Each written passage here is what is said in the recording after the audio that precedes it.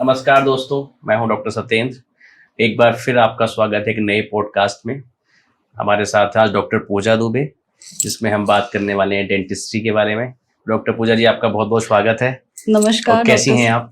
नमस्कार, मैं हूं डॉक्टर पूजा दुबे और मैं बहुत अच्छी हूं और उम्मीद करती हूं आप भी बहुत अच्छे हैं।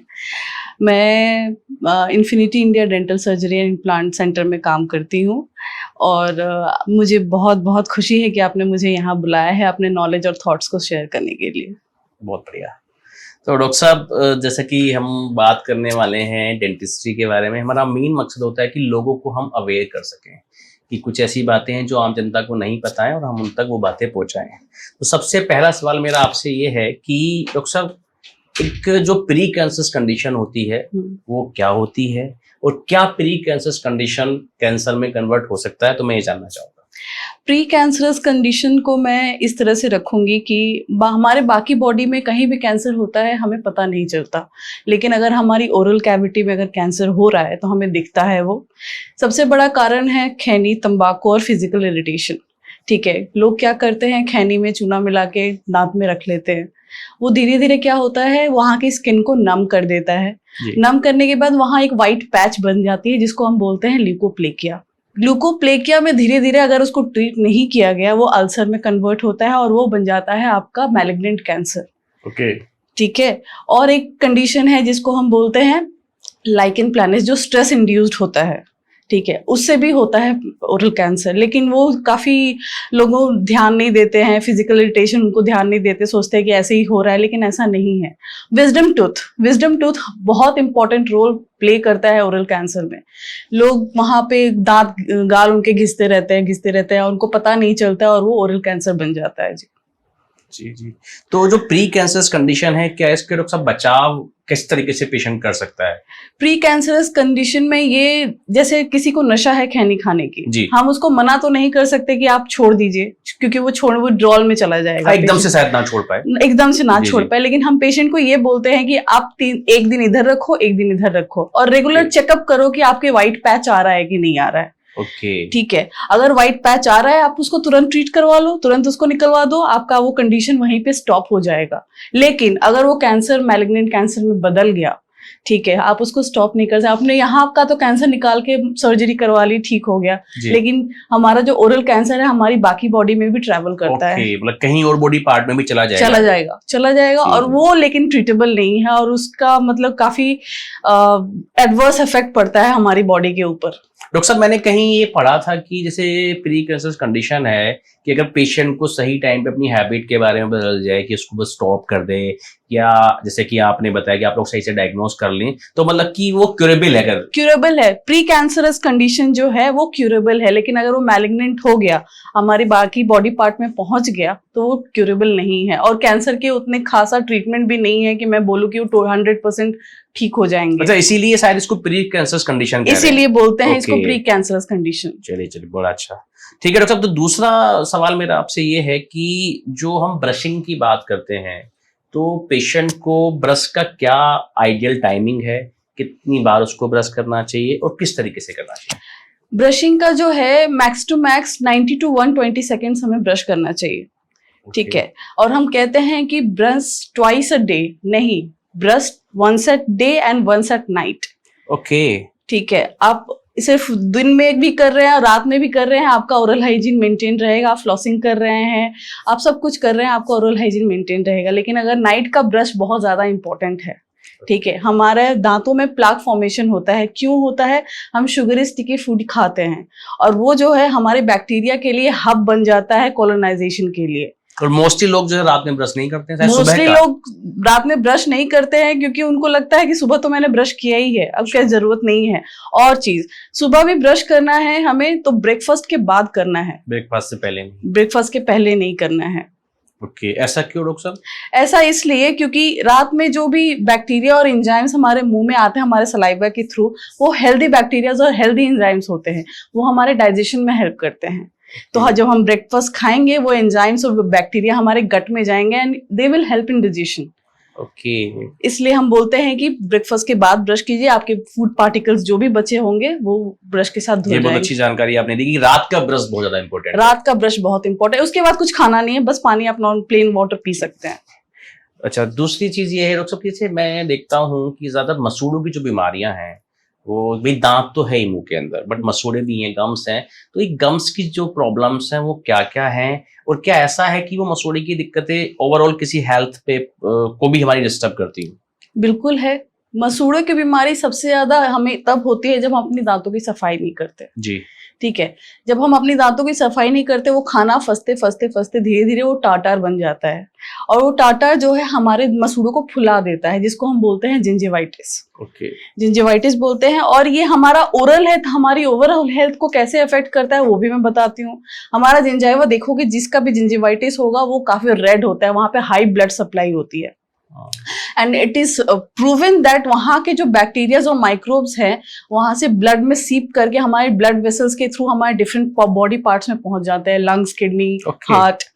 तो ये बहुत ही मतलब बेसिक चीज है। अगर आपका ओरल हाइजीन ठीक है, आपका हेल्थ भी बहुत बढ़िया हो जाएगा। और एक चीज है कि हमारे जिंजिवाइटिस की वजह से, हमारे मसूड़ों की बीमारी की वजह से प्रीमेच्योर बेबीज भी हो सकते हैं। अच्छा। प्रीमेच्योर बेबीज भी हो सकते हैं। वो कैसे होते हैं मैं आपको बताती हूँ। प्रेग्नेंट कोई लेडी है, ठीक है, उसकी जिंजिवाइटिस है, ब्लड स्ट्रीम के थ्रू वो माइक्रोस बैक्टीरियाज क्या करते हैं, हमारे सिस्टमिक इन्फ्लामेशन बना देते हैं। सिस्टमिक हमारा इन्फ्लामेशन, इन्फेक्शन हो जाता है। उससे कुछ ऐसे एंजाइम्स जैसे प्रोस्टाग्लैंडिन्स हो गए, ठीक है, कुछ ऐसे एंजाइम्स प्रोड्यूस होते हैं जो हमारा यूटेराइन कॉन्ट्रैक्शन को इंड्यूस कर देते हैं। अच्छा। और पोटेंशियली वो हमारा प्रीमेच्योर बेबी को वहां आ जाता है, वो कंडीशन की प्रीमेच्योर बेबी गम्स की प्रॉब्लम की वजह से। ये बड़ी अच्छी बात आपने बताई। इसके अलावा और क्या क्या, जब प्रेगनेंसी की बात हो ही रही है, तो और प्रेग्नेंट लेडी को आपके हिसाब से उसके लिए डेंटल जो प्रॉब्लम्स हैं या डेंटल हाइजीन कितना इंपॉर्टेंट है उसके लिए, और क्या उसको बचाव करने चाहिए क्योंकि लेडी प्रेग्नेंट है? लेडी अगर प्रेग्नेंट, सपोज अगर लेडी प्रेग्नेंट होना चाहती है, मुझे ये लगना है प्लानिंग से पहले आप अपना एक ओरल स्केलिंग, ओरल क्लीनिंग करवा लीजिए जरूर। अच्छा। बिकॉज ड्यूरिंग 2 महीने के बाद आप कोई भी ट्रीटमेंट अगर आप किसी प्रेग्नेंट लेडी पे करेंगे वो सूटेबल नहीं माना जाता है। कुछ कॉन्ट्राइंडिकेशंस भी होते हैं कि आप नहीं कर पाएंगे, आप नहीं कर पाएंगे, ठीक है। तो बेसिकली प्रेगनेंसी से पहले आप एक बार अपनी क्लीनिंग करवा लीजिए, दैट विल बी गुड, और अपना ओरल हाइजीन मेंटेन कीजिए। देखिए, बड़ी अच्छी बात की डॉक्टर पूजा ने, जो मोस्टली ये टॉपिक डिस्कशन नहीं होता है कि प्रेगनेंसी में अगर हैं आप, तो आपको एक, जब आप प्लान कर रहे हैं उससे पहले एक डेंटल चेकअप करें, और आफ्टर डिलीवरी शायद एक डेंटल चेकअप का होना चाहिए कि जो जो चेंजेस आपके ओरल हाइजीन या ओरल कैविटी में आए उसको डॉक्टर देख सके। बड़ी अच्छी बात की। डॉक्टर साहब, अगला सवाल है कि एक हम बात करते हैं कि एक ऑर्थोडोंटिक ट्रीटमेंट, तो मैं बिल्कुल आसान भाषा में जानना चाहूंगा कि हमारे व्यूअर्स को ये पता चलना चाहिए कि क्या होता है ऑर्थोडोंटिक ट्रीटमेंट, किस कंडीशंस में किया जाता है, और क्या क्या मार्केट में अवेलेबिलिटी है? ऑर्थोडोंटिक ट्रीटमेंट की जरूरत क्यों पड़ती है? सबसे पहली बात, ऑर्थोडोंटिक ट्रीटमेंट की जरूरत इसलिए पड़ती है कि टेढ़े मेढ़े दांत हो गए। टेढ़े मेढ़े दांत क्यों होते हैं? सबसे पहला बात है जेनेटिक। अगर माँ बाप के हैं तो बच्चों के भी होंगे। किसी तरह का अगर ट्रॉमा हो गया तब होगा, ठीक है। ऑर्थोडोंटिक ट्रीटमेंट में बहुत सारे फैक्टर्स भी इंक्लूड करते हैं। हम सिर्फ स्माइल डिजाइनिंग नहीं कर रहे हैं, हम यहाँ पे फंक्शनल स्माइल डिजाइनिंग कर रहे हैं, ठीक है, ताकि आपका फंक्शन और स्माइल दोनों ही वहां पे इंक्लूड हो जाए, ठीक है। बहुत सारे पेशेंट्स आते हैं, कहते हैं कि डॉक्टर साहब मेरी बेटी की शादी करवानी है, इसके दांत सही हो जाएंगे तो इसका पति अच्छा मिल जाएगा। कई सारे लोग आते हैं, कहते हैं सर मेरी दांत अच्छा हो जाएगा तो मेरी वाइफ मुझे ज्यादा अप्रिशिएट करेगी। और सबसे बड़ी प्रॉब्लम है कि अगर आपके दांत डिसबैलेंस्ड है तो आपका जॉ डिसबैलेंस्ड है। ओके। आपका अगर जॉ डिसबैलेंस्ड है तो आपको हमेशा एक कंटिन्यूअस नेक पेन होगा, शोल्डर पेन होगा, ठीक है। उससे आपको निजात नहीं मिलेगा जब तक आप अपने दांत सही नहीं करवाएंगे। बट वो दांत को ना देख के पेशेंट लग रहा है कि वो नेक दूसरे डॉक्टर को दिखा रहा है, दूसरे डॉक्टर को दिखा रहा है, वो सोच रहे हैं कि मुझे तो किसी और चीज की प्रॉब्लम हो रही है। वो दांत अलाइन ना होने की वजह हमारा जॉ बैलेंस नहीं था। पेशेंट क्या करते हैं कि बैठे रहते हैं, सामने आते हैं, जॉ जो है सामने आ गया, जॉ सामने आ गया, क्या हो गया, यहाँ पे लोड पड़ रहा है, आपके यहाँ पे मसल स्ट्रेच हो रहे हैं, उसकी वजह से जॉ पेन और नेक पेन, शोल्डर पेन होता है। तो इसमें फिर टाइप्स ऑफ ट्रीटमेंट क्या है जो ऑर्थोडोंटिक्स में, क्या क्या किस तरीके से वो टाइप्स ऑफ ट्रीटमेंट में हम तो सबसे पहले अलाइनर्स देते हैं। अच्छा। बेसिकली आजकल अलाइनर चल, वायरिंग भी की जाती है, लेकिन हाँ। बेसिकली आजकल अलाइनर्स चल रहे हैं। हाँ। उसमें भी कई तरह के अलाइनर्स आ गए हैं, जैसे कि ट्रांसपेरेंट अलाइनर्स आ गए हैं और जरकोनिया वाले भी अलाइनर्स आ गए हैं। और भी एक और नया इसमें एडवांसमेंट हुआ है कि दांतों के पीछे से ऑर्थोडोंटिक ट्रीटमेंट होता है, सामने नहीं दिखता। अच्छा। दांतों के अंदर भी होता है। ओके। कई तो फिल्म स्टार्स वैसे करते हैं। अच्छा, बट अभी शायद अलाइनर्स का ज्यादा हाँ। ट्रेंड में है। हाँ। तो वो है कि पेशेंट को दिखने वाला भी दिक्कत नहीं कि आप उसको आराम से, ये पेनलेस है या पेन होता है इसमें? शुरुआती दौर में ट्रीटमेंट के दौरान पेशेंट को थोड़ा डिस्कम्फर्ट फील हो सकता है कि हाँ उसके दांत खिंच रहे हैं या फिर मसल में कोई उसको प्रॉब्लम हो रही है, लेकिन ऐसा कुछ होता नहीं है। काफी पेनलेस प्रोसीजर होता है। और जब वो ऑर्थोडोंटिक ट्रीटमेंट हमारा खत्म होता है, बिफोर एंड आफ्टर वाला जो एक फोटो है वो जी, बहुत बहुत ही मतलब काफी अमेजिंग होता है। अच्छा, चलिए बढ़िया। डॉक्टर साहब एक सवाल है जो मोस्टली डेंटिस्ट का मैंने एक दर्द देखा है कि वो लोग जो डेंटिस्ट की जो कंसल्टेशन फीस है उसका क्यों हर कोई इंसान आके क्वेश्चन करता है कि डॉक्टर साहब आपकी फीस भी है, तो इसके बारे में आप क्या सोचती हैं? क्योंकि हर एक डेंटिस्ट ये बात बोलता है कि आप पेशेंट आते हैं दिन में 2-3, वो बोलते हैं दांत देखनी है, किस बात की फीस, किस चीज का कंसल्टेशन? तो इस पे क्या आपकी राय है? देखिए, पेशेंट्स आते हैं, कहते हैं कि मुझसे तो 5 मिनट बात करी और मुझसे इतने सारे पैसे ले लिए। ठीक है, आपसे उसने 5 मिनट बात नहीं करी, उसने आपका मेडिकल एग्जामिनेशन, आपका फिजिकल एग्जामिनेशन, आपका ट्रीटमेंट प्लान, आपका मेडिकल हिस्ट्री, उसने ये सब कुछ करा है। और ये सब करने के लिए उसे नॉलेज चाहिए। और ये नॉलेज उसने कहाँ से मिली है? उसने 10 साल 15 साल पढ़ाई की है उस चीज के लिए, ताकि वो आपको 5 मिनट सही एडवाइस दे सके। तो मेरे लिए तो ये क्वेश्चन ही इररिलेवेंट और इनवैलिड है कि आपको ये क्वेश्चन पूछना ही नहीं चाहिए। नहीं, लेकिन दूसरा ये भी है इसमें कि आप कहीं ना कहीं मुझे लगता है कि वो डेंटल अवेयरनेस, वो डेंटल इंपोर्टेंस शायद उसको नहीं पता है। बिल्कुल, क्योंकि वो क्वेश्चन वहाँ कार्डियोलॉजिस्ट को तो नहीं बोल रहा है, बिल्कुल एमडी को नहीं बोल रहा है, वो डेंटिस्ट को ही ये बोल रहा है कि किस बात का कंसल्टेशन। तो कहीं ना कहीं उसको लैक ऑफ अवेयरनेस है, उसको शायद नहीं पता है कि टीथ की क्या इंपॉर्टेंस है उसकी बॉडी के लिए। शायद इस पॉडकास्ट के जरिए आम जनता को पता चले कि टीथ भी हमारी बॉडी का बड़ा इंपॉर्टेंट पार्ट होते हैं। बिल्कुल। तो सब एक चीज और मैं जानना चाहूंगा कि जैसे ज्यादातर पेशेंट आते हैं कि डॉक्टर साहब सेंसिटिविटी हो रही है, सेंसिटिविटी की प्रॉब्लम लेके मोस्टली कॉमन पेशेंट इसी चीज को लेके, इसके क्या कॉज हैं, किस वजह से ये होती है, क्या इसका ट्रीटमेंट है? सेंसिटिविटी जो होती है, मैं आपको बहुत ही सिंपल भाषा में समझाऊंगी। हमारे दांत हैं, हमारे दांत के 3 लेयर होते हैं। सबसे पहले होता है इनामल, फिर डेंटिन, फिर पल्प। जी। डेंटिन और इनामल में हमारा नर्व सप्लाई और ब्लड सप्लाई होता है, लेकिन इनामल में नहीं होता है। जी। ठीक है, जब ये इनामल घिस जाता है किसी भी कारण से, फिजियोलॉजी को, आपको एसिड की प्रॉब्लम है, आपको एसिडिटी की प्रॉब्लम है, आपको ट्रॉमा हो गया, आपको दांत घिसने की आदत है, ठीक है, उसकी वजह से अगर आपके इनामल घिस जाते हैं, आपका डेंटिन जो है वो एक्सपोज्ड हो जाता है। जी जी। ठीक है, और हमारा जो डेंटिन है वो किसी भी ठंडे गर्म को या फिर किसी भी स्वीट या फिर सावर को एज अ टेस्ट नहीं महसूस करता है, वो हमेशा पेन के थ्रू ही परसीव होता है। ठीक है, वो कभी भी ये नहीं बोलेगा कि हाँ मुझे ठंडा लग रहा है या गर्म लग रहा है, उसको पेन होता है। अच्छा। झंझनाहट महसूस होती है। ठीक है, तो इसको सबसे बड़ा बात है कि आपको अपना ओवरऑल हेल्थ ठीक रखना है। आपका ओरल हाइजीन ठीक होना चाहिए, सबसे पहली बात। उसके बाद से कई मेडिसिन हैं, ठीक है, टूथपेस्ट के फॉर्म में, जेल के फॉर्म में, जो हमें उसको टॉपिकल अप्लाई करना पड़ता है, जो उसके ऊपर एक स्यूडो मेम्ब्रेन बना देते हैं डेंटिन के ऊपर। ओके। ठीक है, और वो सेंसिटिविटी को रोक देते हैं, बट वो परमानेंट सोल्यूशन नहीं है। अच्छा, बट ये सेंसिटिविटी वाले पेस्ट भी आप लोग रिकमेंडेशन करेंगे तभी शायद पेशेंट को लेना चाहिए, या कोई भी मैंने देखा है टीवी पे ऐड आ गया है किसी एक पेस्ट का, पेशेंट करे ही जा रहा है, वो शायद कुछ एक पर्टिकुलर टाइम के लिए आप एडवाइस करते होंगे ना? मैं पर्सनली बोलूं कि कोई भी जो भी सेंसिटिविटी टूथपेस्ट है कभी भी रेगुलर यूज नहीं करना चाहिए। ठीक है, अगर आपको सेंसिटिविटी की प्रॉब्लम है, आपका डेंटिस्ट आपको प्रिस्क्राइब करेगा कि आपको कितने दिन के लिए करना है। ठीक है, आप अगर उसको रेगुलर यूज कर रहे हैं, सेंसिटिविटी टूथपेस्ट में कई सारे ऐसे केमिकल्स होते हैं जो हमारा different kind of problems create करते हैं, जो पेशेंट्स को पता नहीं है। उसमें कई सारे ऐसे केमिकल्स होते हैं जो कैंसर कॉजिंग भी होते हैं। अच्छा। ठीक है, कई सारे ऐसे केमिकल्स होते हैं जो आपके गट्स को भी अपसेट कर सकते हैं। ठीक है, तो उस चीज को हमें अवॉइड करना चाहिए। बड़ी अच्छी बात आपने बताई, मतलब कहने को लगा कि डेंटिस्ट एडवाइस करे तो उसी हिसाब से उसको करना है। बिल्कुल, पेशेंट आते हैं कि मुंह में इचिंग हो रही है, कौन सा हाँ। टूथपेस्ट यूज करा, सेंसिटिव वाला यूज कर रहे थे, हाँ। क्यों हो रही है इचिंग, क्योंकि उसमें जो इंग्रेडिएंट है वो इचिंग कर रहा है आपको। ओके।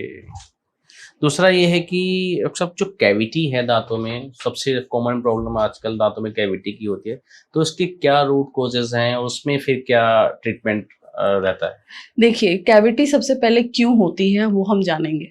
शुगरी स्टिकी फूड खाते हैं हम, हमारा खाने का तरीका एकदम मतलब काफी ज्यादा खराब हो चुका है, ठीक है। हम ऑयली खा रहे हैं, शुगरी खा रहे हैं, फाइब्रस चीजें अब कोई खाता ही नहीं है। पहले के लोग थे फाइब्रस चीजें खाते थे, गन्ना चबाते थे, कच्ची कच्ची चीजें खाते थे, तो उनका एक सेल्फ क्लींजिंग का प्रॉब्लम वो था, सेल्फ क्लींजिंग होती थी उनकी। लेकिन आजकल वैसा नहीं, सब कुछ सॉफ्ट डाइट हो गया है, सेल्फ क्लींजिंग हो नहीं रही है, ठीक है। और वो जो खाना हम खा रहे हैं वो चिपका रह जाता है हमारे दांतों से, ठीक है। फिर वही बात, खाना चिपका रह जाता है, वहां बैक्टीरियाज हैं, वहां वो एसिड प्रोड्यूस कर रहे हैं, उससे हो रहा है प्लाक फॉर्मेशन। वही प्लाक जो है आपका पिट एंड फिशर और कैविटी बन रही है, ठीक है। सबसे बढ़िया इलाज इसका यही है कि सारी पॉइंट एक पॉइंट पे आके खत्म हो जाती है, ओरल हाइजीन मेंटेनेंस। अगर आपको कैविटी हो गई है तो उसको अपने डेंटिस्ट से आप कंसल्ट कीजिए, उसको फिलिंग या फिर जो भी ट्रीटमेंट है उसको करवाइए। मतलब शुरू में अगर दिखा ले तो शायद कुछ बड़े ट्रीटमेंट से पेशेंट बच सकता है जी। दूसरी एक समस्या जैसे देखती है, लोग बोलते हैं कि बैड ब्रीथ की प्रॉब्लम लेके आता है पेशेंट, तो इसके क्या रीजंस हैं और क्या इसका ट्रीटमेंट है आप लोगों के हिसाब से? बैड ब्रेथ हमारी भाषा में उसको हैलिटोसिस बोलते हैं जी, ठीक है। और बैड ब्रेथ के कई कारण हो सकते हैं। सबसे पहला कारण तो ये है कि आप आप तंबाकू खा रहे हैं, स्मोकिंग कर रहे हैं जी। फिजियोलॉजिकल कारण ये हो सकता है कि आपको कोई रेस्पिरेटरी प्रॉब्लम है, ठीक है। आपको कई लंबे समय से आप किसी मेडिकेशन पे चल रहे हैं जी, ठीक है। ये सारे कारण होते हैं आपके बैड ब्रेथ के, ठीक है। इनको ठीक करने का बस एक ही तरीका है कि आप अपनी ओरल हाइजीन मेंटेन कीजिए, माउथ वॉशेस यूज कीजिए, फ्लॉश कीजिए डेली, सुबह शाम ब्रश कीजिए, ठीक है। और टंग बिल्डअप हो जाता है, टंग क्लीनिंग करना बहुत जरूरी है। लोग डॉक्टर्स होते हैं, डेंटिस्ट होते हैं, आपका टंग देख के बता सकते हैं कि आपका गट अच्छा है या नहीं है। अच्छा, बिल्कुल। दूसरा चीज जैसे ये सब हो गया पेशेंट अपने आप कर, इसके अलावा अगर किसी को है बैड ब्रीथ तो फिर उसमें आप लोग क्या ट्रीटमेंट कर रहे हैं, उसको क्या बोलते हैं? हम जो करते हैं, हम क्या करते हैं, उसकी डीप क्लीनिंग करते हैं दांतों की। अच्छा, डीप क्लीनिंग करते हैं ताकि वो प्लाक जो भी टार्टर उसमें उसकी दांतों में फंसा हुआ है वो सारा निकाल देते हैं, और उसको बहुत अच्छे से काउंसलिंग करते हैं कि आपको अपनी ओरल हाइजीन कैसे मेंटेन करनी है, ठीक है। क्लीनिंग बहुत इंपॉर्टेंट है। हर 6 महीने में आपके पास, आपका एक डेंटिस्ट के पास अपॉइंटमेंट होना ही होना चाहिए, ठीक है, because it's very important. 6 months में अगर आप 6 मंथ्स में नहीं कर पा रहे हैं, कम से कम 1 साल में तो करवा लीजिए। बिल्कुल, बहुत बढ़िया बात आपने की। इसके अलावा डॉक्टर साहब, जैसे कि आपको क्या लगता है कि डेंटिस्ट्री में कि ऐसा कौन सा एक मिथ है जो बहुत ज्यादा आप अपनी प्रैक्टिस में सुनती हो या ऐसा कुछ देखती हो, तो वो थोड़ा सा बताना चाहेंगे हमारे व्यूअर्स को? सबसे बड़ा मिथ मैंने अपने प्रैक्टिस में सुना है कि अक्लदार निकलवाने से अकल चली जाती है। अच्छा। तो ऐसा होता है कि अकल चली जाती है? नहीं, ऐसा बिल्कुल नहीं होता है, क्योंकि अक्लदार जो है, हमारा विजडम टूथ जो है वो काफी लेट निकलता है, इसलिए उसका नाम पड़ा है विजडम टूथ। ओके, ठीक है। उसका हमारी इंटेलिजेंस से, हमारी मेंटल हेल्थ से कोई लेना देना नहीं है, ठीक है। और ऐसा भी नहीं है कि वो यूजलेस है, यूजलेस भी नहीं है, बट हाँ 90% केसेस में ऐसा देखा गया है कि वो प्रॉब्लम क्रिएट करता ही करता है, ठीक है। तो इट्स बेटर कि आप उसको निकलवा ही दे अगर आपको आ गया है तो। और लोग बोलते हैं कि अभी तो मेरे दांत दिख भी नहीं रहे हैं, एक्सरे या ओपीजीज में दिख जाता है कि हाँ आपका थर्ड मोलर यहाँ पे इम्पैक्टेड है, ठीक है। लोग बोलते हैं ये तो दिख नहीं रहा है, निकला भी नहीं, मुझे पेन भी नहीं, निकलवाने की जरूरत नहीं है। निकलवाने की बहुत जरूरत है, क्योंकि वो के उसके लिए शायद चेकअप आप लोग करेंगे तब फिर कि निकलेगा कि नहीं निकलेगा। हाँ, निकलेगा, क्योंकि उसके पीछे भी रीजन है ना, क्योंकि वो आपके सामने के दांतों को इफेक्ट कर रहा है। वो आपके सामने के दांतों को धक्का मार रहा है, और उससे क्या हो रहा है कि आपके सामने के दांतों में एब्सेस बन रहा है, वहां पे मसूड़े फूल जा रहे हैं, दांतों में दर्द हो रहा है। तो एक इम्पैक्टेड विजडम टूथ की वजह से आपके सामने के 2-3 दांत खराब हो रहे हैं। अच्छा डॉक्टर साहब, जाते जाते आप क्या कहना चाहेंगे हमें दर्शकों से, कुछ एक मैसेज? एक काफी फेमस लोरेट हैं केविन मायर्स बोल के, उन्होंने एक कोट दिया था कि when life start kicking others in the teeth become a dentist, so not just dentist, be the good dentist. हमारे दर्शकों को आप बता दीजिएगा प्लीज कि आपका क्लिनिक कहाँ पर है, कैसे आपसे कांटेक्ट कर सकते हैं। जी, मेरा क्लिनिक है पटना में, Gola road, SK Puram, infinity India dental surgery and implant centre. ठीक है, आप वेबसाइट भी है हमारी, आप वहां जाके सर्च करें, आपको किसी भी तरीके का डेंटल प्रॉब्लम है आप हमें कांटेक्ट कर सकते हैं। Thank you doctor Pooja, Thank आज you. आप आई, थैंक यू।